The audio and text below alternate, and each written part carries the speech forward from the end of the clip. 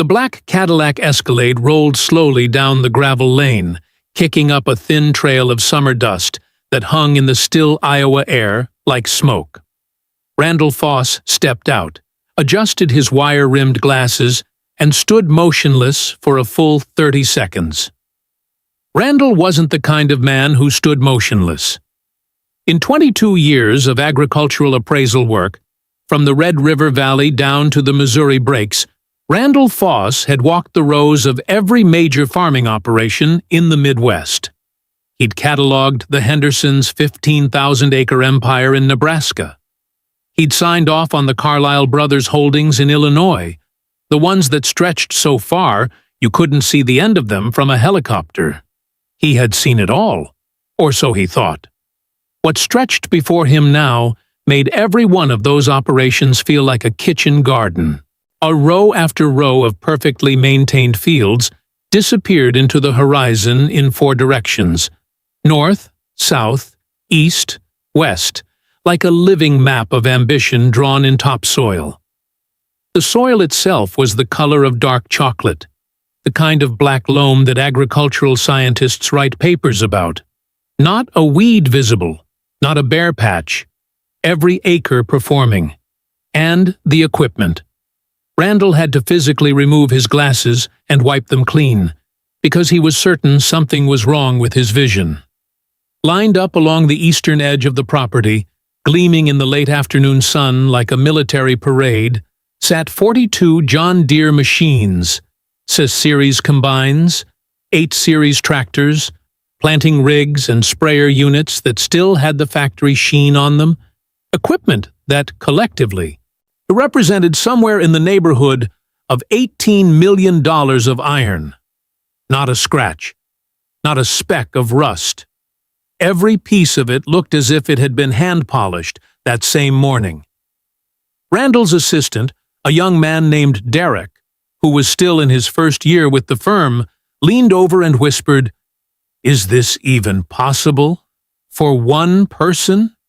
Randall pulled out the official ledger, the deed records, the mortgage history, the loan registry, and went through it for the 3rd time that afternoon. 0 debt. Every acre owned free and clear. 40,000 acres of prime black Iowa soil, held in the name of one man. No corporate parent company, no silent investors, no banknote hanging over any of it. "You're telling me," Randall said slowly, loud enough for the tall figure standing a few feet away to hear, "that one man owns all of this? Every acre, every machine, with 0 debt? 0? James Anderson didn't look at the horizon the way Randall did. He'd long since stopped being impressed by it. He just smiled the quiet smile of a man who had already lived the ending of this story for years and was still mildly amused that other people were only just arriving at the beginning. "Every acre," James said. Randall turned and looked at him the way a scientist looks at an anomaly that refuses to fit the existing model. "Then answer me something," Randall said. "Because I've been doing this for 22 years, and I've asked around this county all week, and there is one question that every single person I've spoken to wants answered." He paused. "See, how does the man with the rusted-out 402O end up owning the very place that laughed him off the lot?" James looked out at the fields. The evening light was turning everything gold. "You want the whole story?" he asked. "I want every word of it," Randall said. James nodded slowly, the way a man does when he's about to open a door he hasn't opened in a very long time. "Then we're going to need coffee. To understand the empire, you first have to understand the oil. Not the crude kind. The kind that gets under your fingernails at 6 in the morning and doesn't come out no matter how many times you scrub. The kind that smells like metal fatigue and desperation, and everything you stand to lose." It was July of 1984. James Anderson was 27 years old, standing on the gravel shoulder of Highway 12, and the air smelled like burnt hydraulic fluid and dry county road dust. His hands were black to the wrist. His boots were cracked at both soles. The thermometer on the grain elevator 2 miles back had read 97 degrees at noon, and it hadn't dropped a single degree since. His grandfather's tractor, a 1968 John Deere 4020, green paint mostly gone, serial number worn to ghost script on the frame, sat on a flatbed trailer behind his pickup, bleeding hydraulic fluid into the gravel in a slow, deliberate drip that sounded to James like a clock ticking down. That tractor had broken ground on the Anderson family's first 40 acres back in 1969. It had pulled his grandfather's planter, his father's cultivator, his own first solo pass down a row of soybeans at age 14. It was not a machine. It was a living document of everything his family had tried to build and everything they'd never quite managed to hold on to. And it was dying in the July heat on the side of a highway, and James had exactly $214 in a coffee can under his kitchen sink, and the harvest was 11 weeks away. And if he didn't get that tractor running, there would be no harvest. And if there was no harvest, there would be no land. Not for long. He sat on the trailer hitch and looked at the leak and thought about his father's hands. The way they looked in the last year, swollen at the knuckles, the skin papery and thin from 50 years of work that never quite yielded what it promised. He sat there for a long time. Then he picked up the tractor chain, hooked it to the receiver hitch of his pickup, and started driving toward the one place in Harlan County that might be able to sell him the part that could save everything. Most people look at a moment like that and see a broken machine. I look at it and see the beginning of a revolution. On this channel, we don't tell the stories that end up in the press releases. We dig up the ones that happened in the dirt, the grit behind the gold, the silence before the storm. If you believe a man's worth is measured by his word and his work, hit subscribe right now. Because what happened next, inside that John Deere dealership on the edge of Harlan County, would change one man's trajectory forever and prove something that the agricultural world wasn't ready to believe. James didn't want charity. He had never asked for charity in his life.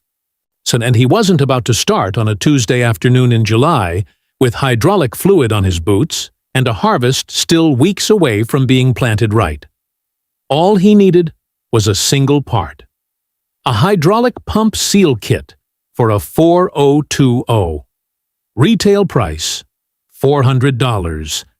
He had $214 in cash, and he'd spent the 30-minute drive calculating every conceivable way to close that gap. Sell the old disc harrow, borrow from his neighbor Earl, work extra shifts at the grain elevator through August. He'd figure it out.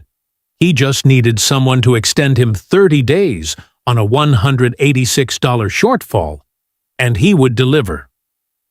He walked into the Harlan County John Deere dealership at 2:17 p.m. The showroom was cool, aggressively cool, the kind of air conditioning that announces money the moment you walk through the door. New machines gleamed under the fluorescent lights, row upon row of green and yellow iron, smelling of fresh paint and new rubber, price tags hanging from steering wheels like Christmas ornaments. A few men in clean work shirts stood near the parts counter, talking about nothing in particular. And behind the main service desk, seated on a tall stool with a styrofoam coffee cup and the relaxed expression of a man who had never once doubted his own authority, sat Dale Hutchinson. Dale was the dealership manager. He was 43, thick in the middle, wearing a pressed short-sleeve button-down with a JD logo on the chest. He had been managing that dealership for 9 years, and in that time he had developed an instinct. He would have called it a business instinct, for sorting the customers worth his time from the ones who weren't. He looked at James Anderson's boots first, and then the tattered canvas jacket despite the heat. It was the only jacket James owned that had enough pockets. Then out through the plate glass window at the old flatbed trailer and the rusted 4020 sitting on it. Dale Hutchinson did not put down his coffee cup. "James Anderson," he said, not as a greeting, more as a category. "Dale," James said. He kept his voice even. He'd practiced what he was going to say on the drive over. He explained the situation plainly and clearly. The part he needed. The 30-day extension on the balance. The harvest timeline. The fact that he'd been a customer of that dealership, or his family had, since 1969. Dale let him finish. He even waited an extra beat after James stopped talking, the way people do when they want you to feel the weight of what comes next. And then he glanced over at the two men by the parts counter. Back at James, and he said it. "James, we don't extend credit to hobbyists running junk equipment." He said it the way you'd explain something to a slow child. Patient, slightly performative. "That tractor out there belongs in a museum, or a scrapyard." He picked up his coffee. "They might give you enough for bus fare. Might be time to think about finding a different line of work." From the parts counter, someone laughed. Not a big laugh. The small, confirming kind. The kind that means we're all thinking it. James Anderson stood in the middle of that showroom and felt 400 years of agricultural failure pressed down on him all at once. His father's tired hands, his grandfather's unpaid notes, every acre of Anderson land that had slipped away over 3 generations, every quiet prayer over the dinner table that this year would be the year things turned around. He didn't say a word. He didn't have to. He turned around and walked back out through the glass door into the 97-degree heat.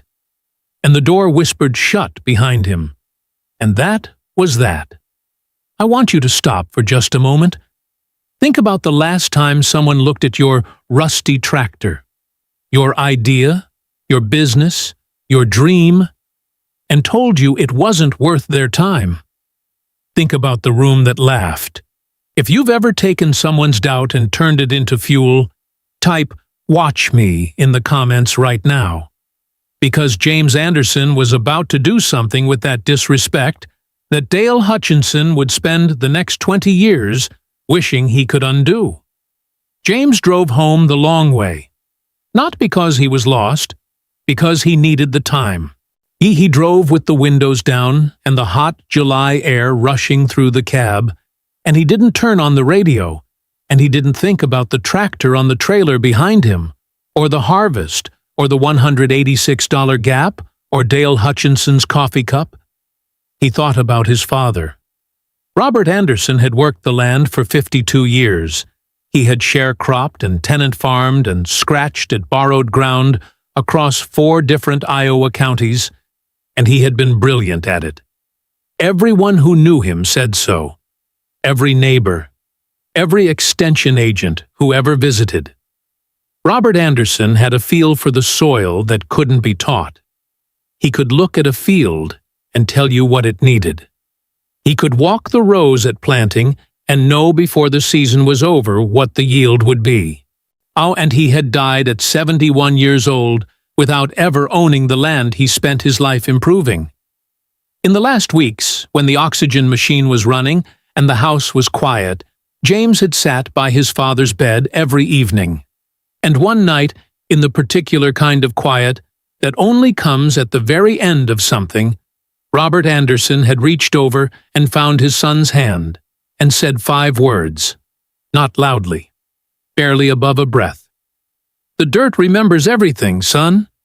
James had sat with that for weeks, months, years in the end. The dirt remembers. It remembers the sweat you put into it. It remembers the care, the attention, the intention. It remembers who showed up for it when no one was watching and there was nothing glamorous about the work. It remembers who loved it truly, without condition, versus who only came around when it had something to offer.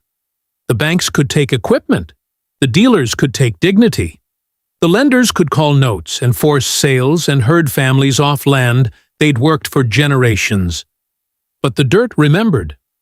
James Anderson pulled into his yard as the sun was dropping behind the tree line to the west. He sat in the truck for a moment, looking at the 40 acres his grandfather had managed to hold. The last 40, the ones that hadn't slipped away. Small enough that people in the county barely counted it as a farm. Large enough that James had never once stopped thinking of it as a starting point. He went inside. On the mantel above the fireplace, between a cracked mason jar of wheat berries and an old county fair ribbon, sat the only photograph he had of his father as a young man. Robert Anderson, maybe 30, standing in a field with the 4020 in the background, squinting into a summer sun, not quite smiling, but looking like a man who knows exactly where he belongs. James looked at the photograph for a long time. If the front door was locked, his father used to say, you don't stop trying to get inside. You find another way. You dig if you have to. James Anderson went to the kitchen, opened the cabinet under the sink, and counted out $214 from the coffee can. Then he sat down at the kitchen table with a yellow legal pad and a pencil and started making a list. What happened next, James Anderson never talked about publicly. Not because he was ashamed of it. Precisely the opposite. He kept it quiet because he understood, in some bone-deep way, that visibility was a liability in the early years. That the people who spent the 1980s announcing their farming ambitions in the coffee shop were the same people the banks would call when the interest rates moved. He became, by deliberate design, a ghost.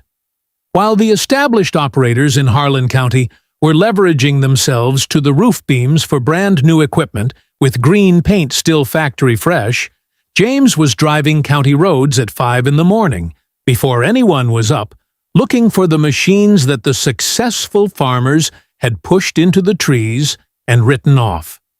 A 1972 combine with a blown hydraulic motor, half buried in a hedgerow. A disc ripper with 3 broken gangs, sitting in someone's back lot for 11 years. A grain auger that the previous owner considered permanently retired. James saw none of that as junk, and he saw it as inventory. He learned to rebuild diesel injection pumps from a $6 library book, and then from the actual experience of doing it wrong 8 times before he did it right. He learned to fabricate replacement parts, to take metal stock and a welder, and make components that the parts counter at the dealership would have happily charged him $300 for. He worked from 4 in the morning until the fields needed him, and then he worked the fields until dark, and then he went back to the shop. He fixed his grandfather's 4020 himself, sourcing the seal kit from a dealer 2 counties over who ran a smaller operation and was happy to work on a cash payment plan. It took him 6 weeks and 3 failed attempts. When it finally held pressure on a cold October morning, he stood in the yard alone and cried. Not from relief, but from something older and harder to name. Then he got back to work. The scoreboard, Year 1, 1984. James saved $2,000 in a rusted military surplus ammunition he kept under a loose floorboard in the shop. He told no one. Year 2, 1985. He leased an additional 60 acres from an elderly widow named Harriet Voss, whose children had moved to Chicago and had no interest in the land. The rent was modest. James paid it 3 months early every time without being asked. Year 3, 1986. He purchased 40 acres of bottomland that the county assessor had classified as agriculturally marginal, wet, heavy clay, prone to spring flooding. He bought it for $180 an acre. Every established farmer in the county thought he'd lost his mind. He spent the winter tiling it himself. By midsummer, it was growing corn at 190 bushels per acre. A year 4. He bought a second parcel. Same principle. Land that looked like a liability and behaved, once properly managed, like an asset. Year 5, 1989. James Anderson was farming 200 acres of high-yield corn and soybeans. He had no operating loan, no equipment note, no line of credit. His cash reserve, still in the ammunition can plus a second one he'd added the previous year, was something he kept entirely to himself. He was not a success story anyone was telling yet. He had no new equipment, no big operation, no profile in the regional ag publication. He drove the same truck he'd driven in 1984. He wore the same canvas jacket. Nobody in Harlan County was paying attention to James Anderson. That was exactly how he wanted it. Yet because he had watched what happened to the people were paying attention to, the ones with the shiny new machines and the aggressive expansion plans and the operating loans at floating interest rates, and he understood, the way his father had understood, without ever being able to articulate it in a way the banks would listen to, that the ground was shifting under all of them. And when it shifted, James Anderson intended to be the one man still standing. The year 1987 arrived the way bad things often do in farming country. Slowly first, and then all at once. The Federal Reserve had been tightening for years, and when the prime rate finally crested at 18%, it didn't just hurt the people who'd borrowed recklessly. It came for everyone who'd been told by every lender, every dealer, and every agricultural consultant in the Midwest that leverage was the only way to grow, that a farmer without a loan was a farmer without ambition. The ones who had listened were now drowning. James watched it happen from a distance, the way you watch weather coming across flat ground. You can see it long before it arrives, and there is nothing to do but decide whether you're prepared. The farms around him began to go, not all at once, one at a time, like lights going out in a row of houses at the end of a long night. The Morrison place, east of town, 800 acres, new machinery, 6-figure operating loan. Gone by March. The Callaway brothers, who had expanded to 2,200 acres in 1985, with bankers practically throwing money at them. Both brothers in foreclosure by July. Good men, hard workers, victims of a system that had told them the only direction was up, and then pulled the floor out from under their feet. And the dealership? Dale Hutchinson's showroom had never been emptier. Of customers, that is. But his back lot told a different story. It was full. Overfull, in fact. Repossessed iron lined up in rows, machines that had come back from farms that couldn't make their notes anymore, late-model equipment that Dale couldn't sell because the buyers had dried up along with the credit and the confidence. The gleaming showroom floor, the one where James Anderson had stood in tattered boots and been told to find a bus ticket, now sat silent most mornings. The bank called Dale Hutchinson the same week it called 11 other commercial accounts in the county. Word traveled. Word always traveled in small counties. James Anderson, he meanwhile, was fielding calls he'd never expected to receive. Not from friends, from institutions. A community bank in a neighboring county, looking to move some distressed agricultural land quickly, wanted to know if he might be interested. A farm management company from Des Moines had heard his name through the county extension office and asked if he'd consider a consultation. An estate attorney representing a family that had farmed 600 acres for 3 generations, until they couldn't anymore, called on a Wednesday morning and asked if James was in a position to make an offer. He was. He hadn't been loud about accumulating it, but James Anderson had liquidity in a county that had run dry. He had cash reserves when cash was the only thing anyone trusted. And he had no debt service in a year when debt service was eating farms alive from the inside out. The banks didn't make James Anderson wait in a lobby. They scheduled him into conference rooms. They offered him coffee in real cups. James drank it and said very little and listened very carefully and acquired land at prices that reflected, with brutal honesty, exactly what the last decade of borrowed optimism had cost everyone who hadn't been paying attention to the same things he had. He bought carefully. He bought quietly. He bought the way his father had taught him to approach a piece of hard ground, with patience, with respect, with a long-term intention that had nothing to do with next quarter and everything to do with the next generation. By 1990, James Anderson was farming 4,000 acres. By 1995, that number had more than doubled.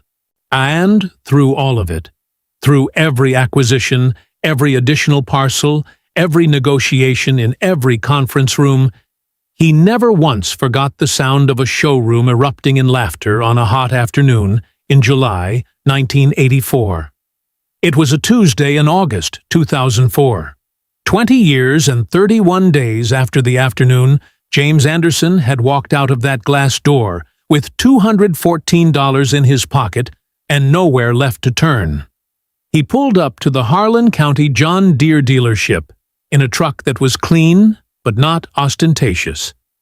James Anderson had never seen the point of announcements. He sat in the parking lot for a moment, looking at the building. The sign was still there. The same green letters, a little more faded. But there was something new in the window. A discreet placard. It was the kind real estate agents use when they don't want to make the situation feel more distressed than it already is. For sale, commercial agricultural retail property. Contact information below. James had already made contact. 3 weeks prior. Through an attorney. Anonymously, initially, he'd wanted to know the actual number before Dale Hutchinson knew who was asking. The number was real. And James Anderson had the liquidity to make it disappear in a single transaction. He put on his jacket, not canvas, not tattered, a custom wool blend in a quiet charcoal gray, and walked through the glass door. The showroom was quiet in the way that failing businesses always are. The machines were still there, still gleaming, but there were fewer of them. And the energy had gone out of the place, the way energy goes out of rooms when the future stops feeling certain. Dale Hutchinson was behind the same counter where he'd been 20 years before. He was 63 now, gray at the temples, heavier, with the particular tiredness around the eyes of a man who has spent years managing a slow decline and knows it. He looked up when James walked in. He looked at the suit. He looked at the face. Something moved across Dale's expression. Recognition arriving like a cold front. "James Anderson," he said. Same tone as before. Different weight. James didn't say anything right away. He walked slowly across the showroom floor, past the machines, past the parts counter, past the spot on the floor where he'd stood 20 years ago with grease-stained hands and a request that cost $186 to fulfill. He reached into the interior pocket of his jacket and placed an item on the counter between them. It was a receipt. Carbon copy, the old kind, yellowed at the edges. The ink faded to the color of old bruises. The date at the top read July 14th, 1984. It was for a hydraulic pump seal kit for a John Deere 4020. Listed price, $400. It had never been paid. James had sourced the part elsewhere, and he'd kept this receipt, folded in a specific pocket of a specific jacket, for exactly this occasion. Dale Hutchinson looked at it. His face did something complicated. "I'm not here for the part anymore," James said. His voice was quiet, completely steady. The voice of a man who has rehearsed nothing because he has known exactly what he would say for 20 years. "I'm here for the building. All of it." He paused. "Oh, and I'm paying cash." The silence in that room was the loudest thing James Anderson had ever heard. The young man at the parts counter, a kid in his early 20s who had no idea what he was witnessing, looked between the two men and didn't move. Dale Hutchinson looked at the receipt on the counter. He looked at James Anderson. He opened his mouth once and closed it again.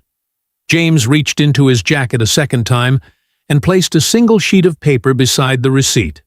A letter of intent, already signed, already notarized, representing a cash offer for the dealership property, inventory, and goodwill at a number that was fair, not punitive, because James Anderson had decided years ago that if this moment ever came, he wasn't going to be the thing he'd been up against. He was going to be something better than that. The offer is good through end of week," James said. "I'd appreciate a yes or no by Thursday." Then he picked up the old receipt. His receipt, the one from 1984, folded it carefully back into quarters, placed it in his interior pocket, and walked back across the showroom floor and out through the glass door into the August heat. He sat in his truck. He didn't start the engine right away. He just sat there, in the quiet of a Tuesday afternoon, and thought about a young man on the side of Highway 12 watching hydraulic fluid drip into gravel. Then he started the truck and drove home. Dale Hutchinson called his attorney Thursday morning. The answer was yes. The closing happened on a Friday in October 2004. James Anderson walked out of the title company's office with a set of keys and a handshake from a real estate attorney named Margaret Okafor, who had handled hundreds of commercial closings, and told her assistant afterward that she'd never once seen a buyer as calm as James Anderson. He wasn't calm because he didn't feel anything. He was calm because everything he felt was too large and too old for any expression available to him in a title company's conference room. What he felt belonged to a man standing in a field in 1969, to a photograph on a mantel, to 5 words said barely above a breath in a quiet room at the end of a long life. The sign above the dealership changed the following spring. The green letters came down. New letters went up. White, clean, classic. Anderson and Sons Agricultural. His son, Marcus, 24. He had been working alongside him for 3 years. His younger son, Derek, yes, he'd named his second boy, after no one, just like the name, was finishing his agricultural business degree at Iowa State and would join the operation the following year. The dirt was going to have someone to remember in the generation that came after. James did not fire a single person from the existing staff. He gathered them in the showroom the Monday after the closing and told them that every one of them who wanted to stay had a job, with a 30% improvement in their benefits package effective immediately. A mechanic named Phil Garrity, who had worked the service bay for 16 years and had never met the previous owner without feeling vaguely diminished by the interaction, cried openly. He would later tell his wife it was the first time in 16 years he'd felt like his work mattered to whoever owned the building. Dale Hutchinson had retired to Florida by then. James bore him no malice. He had understood, at some point in the long middle years, that Dale Hutchinson was not a villain. He was just a man shaped entirely by a system that valued appearances over substance, and had never had occasion to discover how wrong that valuation was. James hoped he was well. He meant it. The dealership thrived under the Anderson name. Not because James ran it as a trophy. He brought in a general manager with deep industry experience, a sharp woman named Loretta Brannigan, who had spent 12 years with an equipment distributor in Illinois and understood the business from every angle. James's role was strategic, vision, our relationships, culture. He was good at all 3. Today, Anderson and Sons operates 4 locations across 2 states. The original Harlan County building, The showroom with the glass door and the fluorescent lights, and the floor where James Anderson once stood in tattered boots, is still the flagship. It has been renovated twice. The bones are the same. On the wall of the main office, in a simple frame, hangs two things. A photograph, Robert Anderson, age 30, in a field, squinting into a summer sun, not quite smiling. And beneath it, a carbon copy receipt, dated July 14, 1984, yellowed and faded, for a hydraulic pump seal kit that was never purchased from this location.